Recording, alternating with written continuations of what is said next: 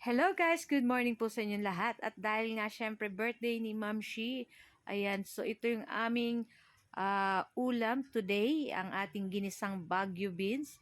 At lalahokan natin yan guys ng pork, giniling, at sasamahan na rin natin yan ng bell pepper para masarap na masarap yung ating lunch today. So guys, gusto nga po palang pasalamatan lahat po ng bumate sa aking kaarawan ngayong araw. Ayan, maraming sa lahat po ng mga uh, greetings nyo. Ayan, mula kahapon at saka ngayon.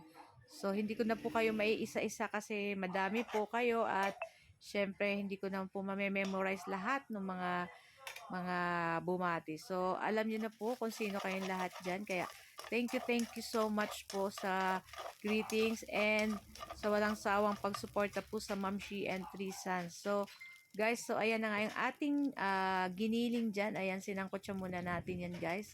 And after nyan, naglagay na tayo ng mantika at nilagay na natin dyan yung bawang. So, gigisahin lang natin yan, guys. And after nyan, guys, ilalagay na rin natin dyan yung ating pig slice na onion. So, gumamit tayo dyan ng dalawang medium size na sibuyas. Ayan, at imimix na natin yan dyan sa ating pork giniling para sabay-sabay na silang maluto. At pag ayan na nga lumabas na yung aromatic ng ating sibuyas kasama ng bawang at yung ating pork at mabango na, maglagay na tayo ng konting-konti lang na toyo at paminta. So halu-haluin lang natin yan, guys. Naku, ang bango-bango na nito, guys. So yun na nga, syempre pag birthday sabi nila dapat kumain ng mga pansit para pampahaba ng buhay. Pero kagabi kami nag-celebrate. Meron kaming pasta kasi yun. Favorite ng Three Sons ko. So, ayun na nga guys. So, naglagay na ako dyan ng sugar at oyster sauce para super yummy yung ating gulay. Ayan. So, ito po yung aming handa today. Kasi may work po si Ma'am Shi later. Ayan.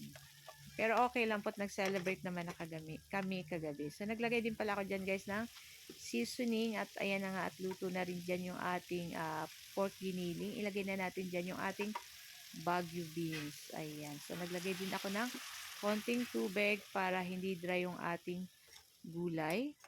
Ayan. So, konting minuto lang po ay maluluto na rin yan. Kasi yung ganitong Baguio beans is madali lang naman pong maluto. So, half cook lang natin yan, guys. Para pag kinain natin, may crunchy-crunchy pa siya. O, diba? So, after nyan, guys, ilalas natin, ilagay dyan yung ating bell pepper or yung ating lara.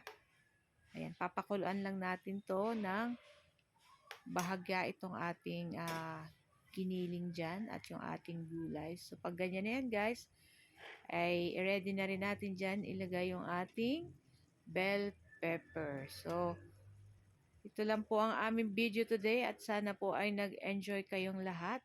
At sa lahat po, once again, thank you so much po sa lahat ng bumati. Ayan, sa family, friends, followers, thank you so much po guys. So, tara na at samahan niyo po kaming mag-lunch. Thank you for watching and see your next video again. Ciao! Kain na na. Babu! Happy lunchtime!